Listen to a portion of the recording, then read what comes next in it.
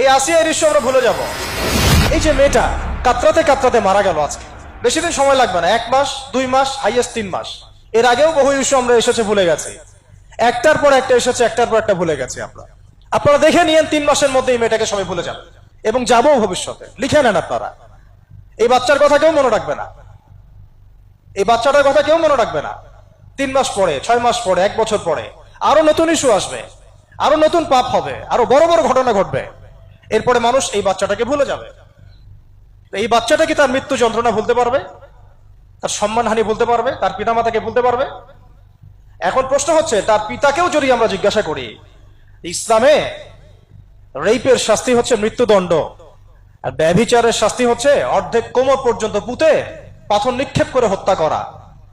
এবং বিবাহিত ব্যক্তি হলে এই শাস্তি, অবিবাহিত হলে 100 বেত্রাঘাত, 1 বছরের নির্বাসন এবং সমাজ থেকে বয়কট করা, আর ধর্ষণ হলে সরাসরি মৃত্যুদণ্ড। 3 মাস সময় লাগার কথা না, 3 দিনের মধ্যেই করা সম্ভব। এটা শরিয়া আইন, এটা আল্লাহ রাব্বুল আলামিনের শরিয়া বিধান। এখন তারাও কি এটাতে রাজি হবে? যারা শোক প্রকাশ করছেন তারা কি এই বিধানটা কার্যকর করতে রাজি হবেন? যে ধর্ষককে সবার সামনে প্রকাশ্যে মৃত্যুদণ্ড দেওয়া হোক, শরিয়া আইন কার্যকর করা হোক? রাজি হবেন না। কারণ আপনারা বলবেন এটা করতে গেলে বাংলাদেশ থেকে মৌলবাদী রাষ্ট্র হয়ে যাবে। তো সমস্যার গোড়ায় আপনারা যেতে চান না, ডালপালা নিয়ে নাড়াচাড়া করেন।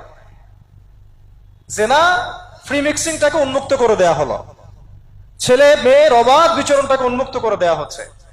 একটা চরম ক্ষুধার্ত মানুষদের সামনে যদি আপনি খাবারকে উন্মুক্ত করে রাখেন, এরপরে যদি কেউ জোর করে খাবার খেয়েও ফেলে, শুধু কি আপনি খাদকের দোষ দিবেন? পুরো সিস্টেমটাই দায়ী, পুরো সিস্টেমটাই দায়ী। এখানে আপনি নারী পুরুষকে অবাধ মেলামেশা দিয়েছেন, ফ্রি মিক্সিং এ দিয়েছেন, একদম ছোটবেলা থেকেই, স্কুল লাইফ থেকে, কলেজ লাইফ থেকে, ইউনিভার্সিটি লাইফ থেকে, জব সেকশনে, এমনকি রাজনীতি করতে গেলেও কর্পোরেট সেকশনে, ব্যবসায়িক সেকশনে, অফিস আদালতে, সব জায়গায় ফ্রি মিক্সিং কে অবাধ ভাবে আপনি উন্মুক্ত করে দিয়েছেন, আমরা উন্মুক্ত করে দিয়েছি। এর উপরে ছড়িয়ে দিয়েছি পর্নোগ্রাফি।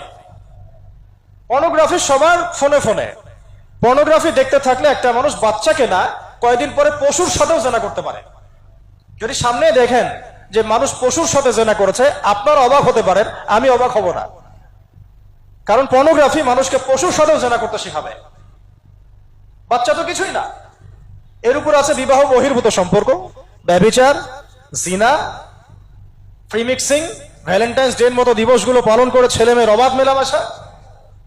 আর এই জেনাগুলোকে আমরা বলছি কাছে আসার গল্প, যেখানে ওর উপরে 100 বেত্রাঘাতের শাস্তি অলরেডি মজুদ হয়ে গেছে। আর কতগুলো যে জেনা হয়েছে এটা তো আল্লাহ পাক ভালো জানেন। একটা দুইটা তো করে নাই, একটার পর একটা চেঞ্জ করেছে। বিবাহিত ব্যক্তি পর্যন্ত অন্যের স্ত্রীর সাথে জেনা করেছে। আর এটা তো ধর্ম তো অনেক বড় বিষয়, ধর্ম তো অনেক বড় বিষয়। এটা তো মানবতা বিরোধী অপরাধ, এটা থেকে মানবতা বিরোধী অপরাধ। এখন সমস্যা কি এক কেন্দ্রিক? এটা বহুমুখী সমস্যা। ফ্রি মিক্সিং রেখেছেন, পর্ন চালু করে দিয়েছেন, এবং সবচেয়ে বড় কথা, এর শরঈ বিচারটুকু নিশ্চিত হচ্ছে না। তাহলে সমাজের মধ্যে এগুলো কমবে না বাড়বে? সিম্পল, সমাজের মধ্যে এগুলো বাড়বে। 6টা কাজ করেন, ইনশাআল্লাহ তাআলা কমে যাবে।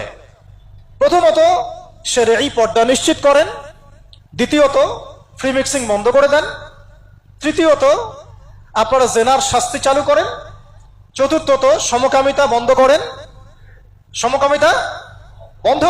এলজিবিটি বন্ধ করেন, পঞ্চমত ব্যভিচারের যে রজম শাস্তি চালু করেন, শরঈ বিধান চালু করেন, পর্নসাইটগুলোকে বন্ধ করে দেন, এবং সমাজে তাকওয়া নৈতিকতা শিক্ষাটাকে বাড়িয়ে দেন। দেখেন সমাজে জেনা কমে না বাড়ে।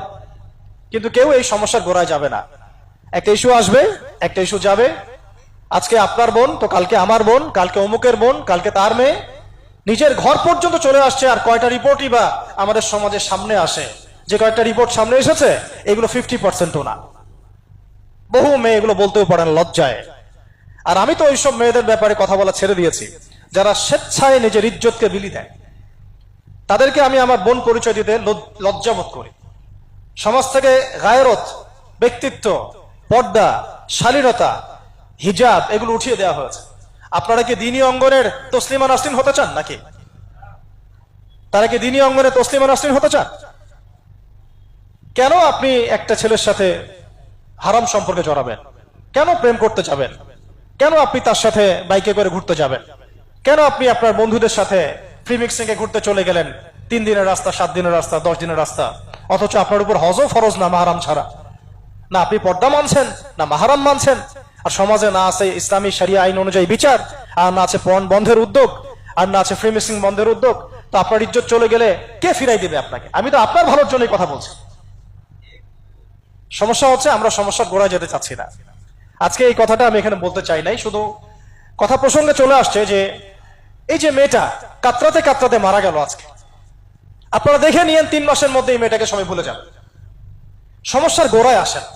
সমস্যার গোড়া হচ্ছে আল্লাহর জমিনে আল্লাহর দ্বীন ইসলাম বাস্তবায়ন না হওয়া পর্যন্ত এই মানবতার মুক্তির কোনো রাস্তা নাই। আল্লাহর কসম করে বলতেছি, আল্লাহর জমিনে ইসলাম, কোরআন, সুন্নাহ, রাসূলের আদর্শ বাস্তবায়ন হওয়ার আগ পর্যন্ত এই জাতির স্বাধীনতা বলে কোনো শব্দ নাই,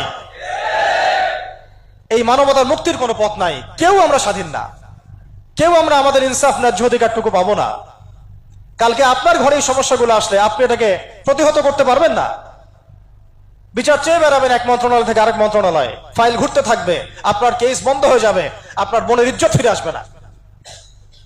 আর রাসূল সাল্লাল্লাহু আলাইহি ওয়াসাল্লামের জামানায় আপনি আমাকে রেপের ঘটনা দেখান কয়টা ঘটেছে? সাহাবীদের জামানায় রেপের ঘটনা দেখান কয়টা ঘটেছে? জেনার ঘটনা দেখান না কয়টা ঘটেছে? ব্যভিচার কয়টা ঘটেছে? চুরি বা কয়টা হয়েছে? কয়টা হয়েছে? ডাকাতি কয়টা হয়েছে? একটা দুইটা রেয়ার আপনি ঘটনা দেখাতে পারবেন। এবং যখন সেই ঘটনা ঘটেছে ইনস্ট্যান্ট দেন এন্ড দেন নবী সাল্লাল্লাহু আলাইহি ওয়াসাল্লাম শরীয়ত আইন বাস্তবায়ন করেছেন।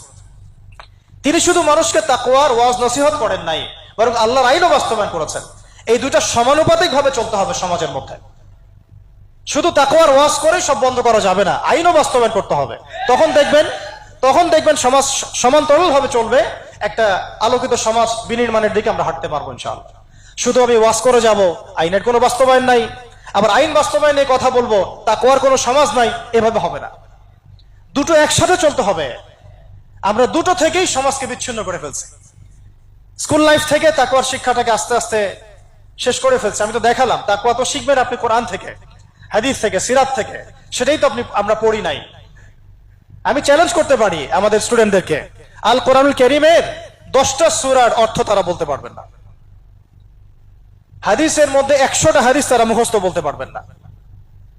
রাসূল সাল্লাল্লাহু আলাইহি ওয়াসাল্লামের পবিত্র জীবনী তারা 20 বছরে একটা কিতাবও একাডেমিক্যালি পড়েন নাই।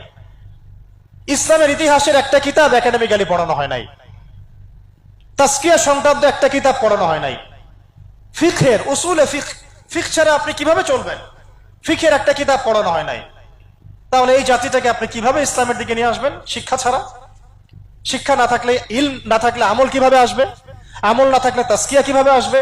তাজকিয়া না থাকলে আত্মশুদ্ধি কেমনে আসবে? আর কিভাবে আমরা সৎ পথে থাকবো, অসৎ পথ থেকে দূরে থাকবো?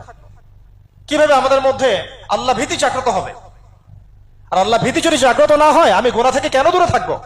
যার মধ্যে আল্লাহর ভয় নাই সে গুনাহ থেকে কেন দূরে থাকবে? তার মধ্যে তো আল্লাহর ভয় নাই। তা আমরা তাকওয়া বিবর্জিত সমাজ প্রতিষ্ঠার দিকে এত মেহনত করেছি বিগত প্রায় 50, 60, 70 বছর থেকে। কিন্তু আগামীর বাংলাদেশে আমরা এটা আর দেখতে চাই না। আমরা আগামীর বাংলাদেশে দেখতে চাই প্রত্যেকটা সেক্টরে যেন তাকওয়া নিশ্চিত হয় এমন ব্যবস্থা গ্রহণ করতে হবে, এবং একই সাথে আল্লাহ রাব্বুল আলামিনের জমিনে আল্লাহর বিধানগুলোও বাস্তবায়ন করতে হবে। শুধু তাত্ত্বিক কথাবার্তা বলে, দুঃখ প্রকাশ করে, শোক প্রকাশ করে কোনো লাভ হবে না, যতক্ষণ পর্যন্ত না আমরা আল্লাহ পাকের জমিনে তার আইন এবং বিচারগুলোকে বাস্তবায়ন করতে পারবো।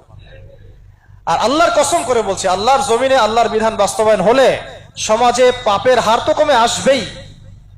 সমাজে পাপের হার তো কমে আসবে। কোন কাফের, মুশরিক, মুরতাদ জনগোষ্ঠী আমাদের দিকে চোখ তুলে তাকাতে পারবে না ইনশাআল্লাহ। আমাদেরকে দাসত্ব শৃঙ্খলে আবদ্ধ করতে পারবে না ইনশাআল্লাহ। সব কথার শেষ কথা ভাই, যে আমরা দুনিয়াতে এসেছি লিমিটেড টাইমের জন্য। এই সময়টুকুতে যদি আমরা হেলায় ফেলায় দুনিয়ার জীবনটাকে নষ্ট করি, আমাদের দিনটাকে ঠাট্টা ছলে গ্রহণ করি, কোরআনকে মূল্যায়ন না করি, হাদিসকে মূল্যায়ন না করি, আল্লাহর দেয় এই সুযোগগুলো, রমাদান, এই কোরআন, এই তারাবি, এই তাহাজ্জুদ, এই সাদাকা, এই তাকওয়া, এগুলোকে মূল্যায়ন না করি, তাহলে ক্ষতিগ্রস্ত আমরা হব, আর কেউ হবে না। ক্ষতিগ্রস্ত এই পৃথিবীতে অন্য কেউ হবে না, বরং আমরাই হব। আল্লাহ পাক আমাদের সবাইকে পরকালীন চূড়ান্ত ক্ষতি থেকে আল্লাহ হেফাজত করেন, এবং দুনিয়াতে যে ফিতনা, ফাসাদ, এই রাহাজানি চলছে